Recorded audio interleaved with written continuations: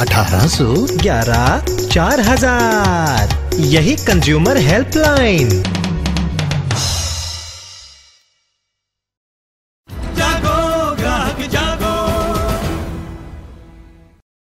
This is India 360, coming to you live from Delhi and Mumbai. Good evening. You're watching a very special edition of India 360, a show on recovery ruffians, the muscle men banks use to arm twist you into making that payment. I'm Ruksh Chatterjee. I'm Smita Nair. If you have been at the receiving end of such strong-arm tactics or know of anyone who's been harassed, share with us your experiences on this collective concern. In the news, the ICICI Bank gets a rap from Delhi's Consumer Disputes Redressal Commission and is asked to cough up 55 lakh rupees following a consumer complaint of harassment. The bank is not amused. Tell us what you think. Call us on the numbers flashing on your screens right now. I'll spell it out for you, 0120-4341-895. You can also post your comments on ibnlive.com. Now, you may be a celebrity, but the same yardstick applies if you don't pay up your car loan installments. As singer Daler Mehndi has just learned, his car has been taken back by the showroom Kashyap Motors, allegedly for lack of payment. The Volkswagen car worth 39 lakh rupees was bought from a dealer in Noida. Mehndi filed a complaint against Kashyap Motors, claiming his car was forcibly picked up. The showroom in turn filed a counter-complaint against Daler's driver and gunman of threatening them with firearms when they went to pick up the car. The car is presently at the Punjabi Bagh police station in the capital. But before we get to the focus on India 360, a look at the day's top headlines. Sachin Tendulkar dumps BCCI's offer to captain the test side, tells the board he is unhappy with the way senior players are being treated. So the mantle will now almost certainly pass on to Mahendra Singh Dhoni. BCCI sources say he will get the job for the Pakistan and Australia series. CNN IBN has exclusive access to the Karnataka governor's report to the centre. He says the BJP-JDS combined numbers cannot be ignored, but the coalition may not be stable.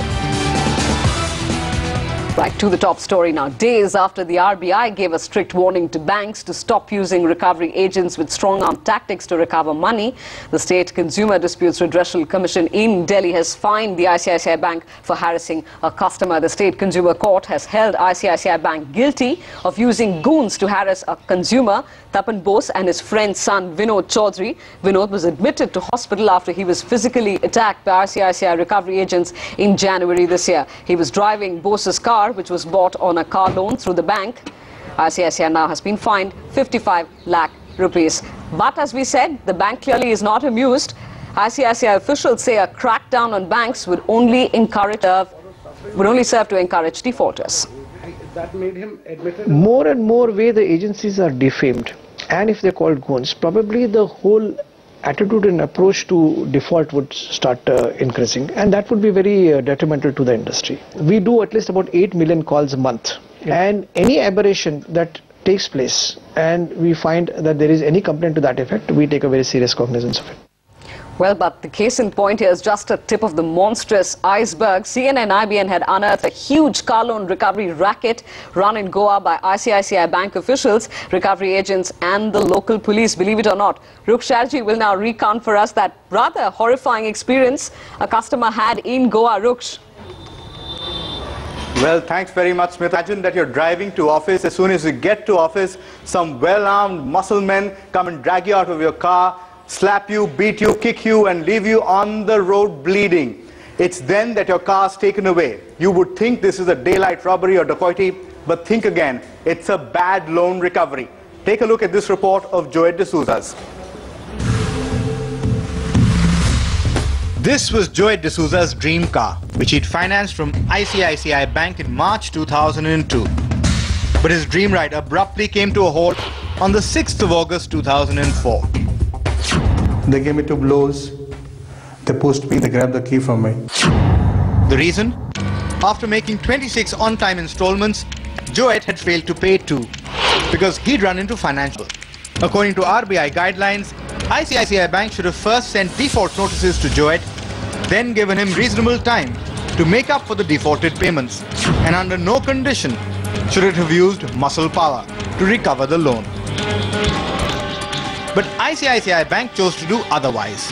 It's here right in front of the Kolva post office that Joet was accosted, beaten up, and his car was snatched in broad daylight by the recovery agents of ICICI Bank. That's when Joet's fight for justice began.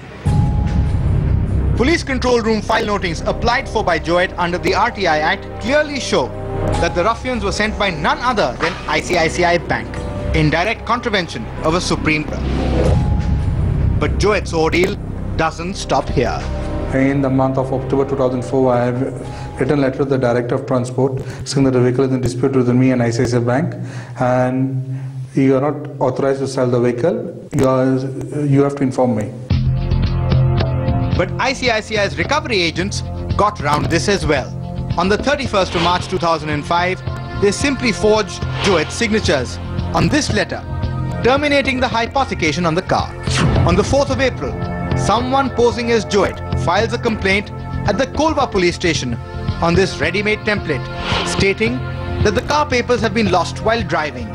The irony is that Joet wasn't even in possession of the car at that time. The next day, they forge another letter, posing as Joet, asking the RO to withdraw the freeze on the sale of his car. On the 21st of May, the crime branch surprisingly issues a no objection certificate, giving the green signal to transfer the car. And on the 25th of May, Joet's signatures are forged on all the sale papers of the car, and on the 30th of May, the RTO clears the transfer of the car to Malappuram in Kerala. The banks nowadays seem to be engaging gangsters to seize the cars from defaulters. Now this is done by the banks in collusion with the police. It's only after Joet went to court that the police filed this FIR 3 months later in August 2005. So what's the progress of the case? We have registered a case and an investigation is going on. Soon we'll be filing a charge sheet in that case. It's almost 2 years now, not a single arrest has been made. Need one say more. In Margao, Goa, with camera person Ganesh Kadam, Ruksh Chatterjee. Remember, this is not just a solitary case in Goa, but rather a systemic problem across banks, across the country. Well, to discuss more on this issue, we have with us the victim of that loan recovery operation, Joet D'Souza, who joins us from Goa. Also in our Noida studios, Bijon Mishra, he is the CEO of Consumer Voice.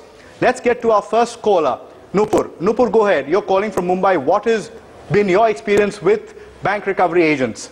Well, actually, it's with the HSBC Bank, and I had a account with them and also a credit card. And I was not in the country, and when they withdrew money from my account against my credit card without even informing me. And since the money in my account had also EMI payments to other banks, so checks had bounced, and when I came back into the country, I had to pay a big amount to the checks bouncing. When I requested HSBC to take a part payment and then give me time to pay them, they refused to do that because they said they do not mix two entities. Like maybe mix it, make it like a loan, and so that I can pay it off to them in over a period of time. Okay. And they said no, we don't do it because it's two different products and we don't mix two different products. I said okay, but then I was discussing things with the bank people. And they had these recovery agents come to my house. I was not at home. Okay. Let's put that question to Mr. Mishra. What is it that empowers banks to just go into your bank account and just pull out money without even informing you, without asking for your consent or giving you any leeway when you're in a tight situation? Banks have no authority to do that. That there is absolutely legal provision which allows them to do such kind of an act. But they go ahead to do it because unfortunately in our country, even the policymakers, the regulators are not sensitive towards the consumers. And because of this apathy which is existing, the complete system is kind of getting derailed by the service providers. Right. Also about the ICICI case, Mr. Mishra, we heard the bank's spokesperson say that this is only going to encourage defaulters. The reason why I find it difficult to stomach that really is because the genesis of the problem, lending of the loans, is done indiscriminately many times. Also the fact that when they give out credit cards, they're practically hounding you to buy their credit cards, not looking at what your data has been. Absolutely. They never look into, in terms of the code of conduct, in terms of best business practices, which is observed all over the world in the financial institutions. Unfortunately, in our country, the banking service has become so proactive these days because of severe competition, between the existing public sector banks and the private sector banks, that they are just going over each other to woo the customers. Right. And unfortunately, you see, the regulator is just sitting tight and watching this fun. Right, Mr. Mishra, let's get in Joet here. He's had this problem of taking on a whole system, a system which included the RTO, the police. Joet, go ahead with your experience and tell them how you were forced into giving up your car first and the kind of troubles you've had. Mr. Rooks, it's been now 28 months since I have registered an offence. Till date, the police have not done any arrest. Okay, further to say that the police are in collision with this. Yes, I've been getting massive threats. Can you tell us about the kind of threats you've had? And I filed police complaints, and police have failed to take it on record. Right. Mr. Mishra, if I can put Joet's case to you as well, that report that Rooks has filed from Goa also goes on that the local police really are working hand in glove with the recovery agents there. You've seen many such cases, is it true? Absolutely, because what we find is that the complete machinery which is supposed to be working in favor of the citizen or the customer or the consumer is completely working against the consumer and is always working in favor of the people who have huge influence, especially the industry. Right. You see, the industry is able to influence these, agencies which work for the protection of the citizen. Right. And be able to get away, taking favors from the service providers and keeping the consumer always at lurch. Just a quick one, Mr. Mishra. We need to play devil's advocate here and at the same time also say that CNN-IBN repeatedly contacted the ICICI Bank, asked them to give their view on this program. They've refused to do so. The only comment that they made was the one that we played out for you. Quick one from you, Mr. Mishra. What will the banks do if they have a consumer who is repeatedly defaulting on the loan? No, the point is, if a consumer is defaulting, there must be a genuine reason. And we need to look at those reasons and be able to enable the consumer to be able to come out of that death trap. You see, what we always try to tell the bank is, instead of having recovery agents, can you please recruit good, efficient, skilled counseling agents, who should be able to counsel the consumer to be able to come out of that death trap and be able to, lead a very comfortable and a happy life with that delight, which the customer needs. Right. It becomes dangerous, doesn't it, when these private, huge multinational banks actually start behaving like loan sharks? Quick response from you as well, Joet. What does a bank do if a consumer repeatedly defaults? See, the thing is that what I have defaulted for 2 loans or 2 installments of mine, and the bank has not even sent me a notice. They have forged the signatures on the letters. Right. And they said that they have sent me notices. Right, Joet. We do understand a procedure not followed there. It's being a harrowing experience for you. Let's just hope some justice is done in your case. Thanks very much for sharing your experience really with our viewers watching this special edition. In fact, we'll be taking in more calls from those of you watching. If you've had an experience to share with us, you can call us in the numbers flashing on your screens. A break here. When we return, we'll be speaking to a few more viewers. Rooks. That's correct. On the other side of this break, we'll find out how a recovery is actually done.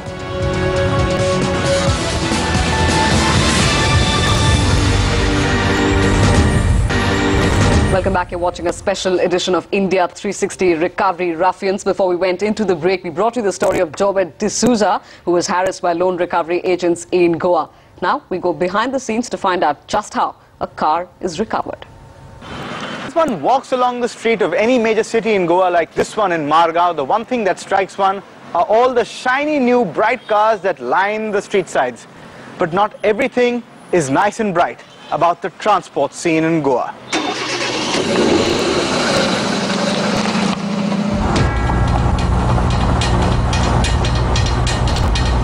That's because most of these cars are financed, and if a loan goes bad, banks prefer to use strong-arm tactics. rather than going to the courts. That's where men like Johnny DeCruz come in. So how does Johnny recover cars? We had 4 lungi fellows from Karnataka who used to do the needful. But would they resort to violence? Yeah, we had to resort to violence at times. Like what would you do? We would slap them or kick them. Okay. We had to use some non-violent means. And how would the recovery gangs prevent a case from being filed in the police station? Rupees, how much would their police, 20,000. 20,000. 20,000 to the police? Yeah. This would go to the local police? Or it would go to their head brass. It's just what happened to Joet when his car was forcefully taken from him. The PSI was reluctant to take down my case. This is the man, Sub-Inspector Jivva Dalvi, who had reportedly refused to take Joet's complaint and was allegedly part of the recovery racket. We go undercover to strike a deal with him to recover some money from a car sale gone bad. But when our hidden camera is discovered, I don't know how much he's paid, some 2.5 and the rest 2.5. This is my pouch, sir. What is it, sir? Nothing. No, nothing. it's not us, but the officer who's begging for mercy. I just request, please pick me out of it. Yeah, no problem. Please. If you check my pulse, you just check my pulse. The reason for his fear is this bungalow worth 50 lakh rupees that PSI Dalvi has managed to accumulate in just a few years of service. And it's this fall from grace of the men in khaki that has emboldened racketeers, and they operate freely. We would inform the police that we are going to seize a so-and-so vehicle. Okay? And sometimes the vehicle would not be at the place. To sort their assistance so that the vehicle is located. And how would the money be paid to the police officers concerned, say to a PSI or PI? How would the money go? That would go underhand. We would not know about it. You would not know about it. In Margao, with camera person Ganesh Kadam, Brooks Chatterjee. Well, there we see how the men in khaki are also being roped in to help recovery agents do their job. Well, let's get on with this discussion. We have with us Dr. Suparna Ghosh from Kolkata. Ma'am, go ahead with your question. Not a question. I had the same problem with the ICICI Bank in June last year. I have a loan from them, but there was no problem with payment. They have an ECS understanding with my SBI account. There was some electronic problem with the ECS, a problem between the two banks. And I had these ICICI goons behind me for about 25 days. Even though I had gone to the ICICI myself and told them that, see, I have paid. I had shown them my, passbook, account book, showing them that the payment has gone through. So please check it up. They have so many computers in these ICICI, but it takes 25 days for the inter-office memo to go through. And, every day these people would come to my chamber, they would come to my, go around my house and go tell everybody, they have still not paid up, for a car and stuff like that. And despite all this, right, I'm still to get some sort of a clarification from the ICICI. Right. I'll put that question to Mr. Mishra again. Why is it that we have allowed this system to flourish and not put a stop to it? The men in khaki are involved, muscle men are involved. Why is it that banks do not go to court and take the customer to court when they have a dispute? No, it has to start from the consumer. The consumer has to make sure that they sort of initiate such action against such culprits. They're criminals in the society. So you have to take action against them. And you have heard today in the media that how the Delhi State Commission has been able to impose a fine on ICICI. Right. So, Mr. Mishra, in 30 seconds, there's something called a banking ombudsman that's appointed by the government. Can I turn to him for help? Well, of course, it's there. Legally, the ombudsman is there to mediate any kind of a dispute. But then, again, the whole system is so lethargic and so anti-consumer that the consumer never finds it very friendly to go to an ombudsman. Okay, so what can the consumer do? We'll talk about that when we come back after the short break.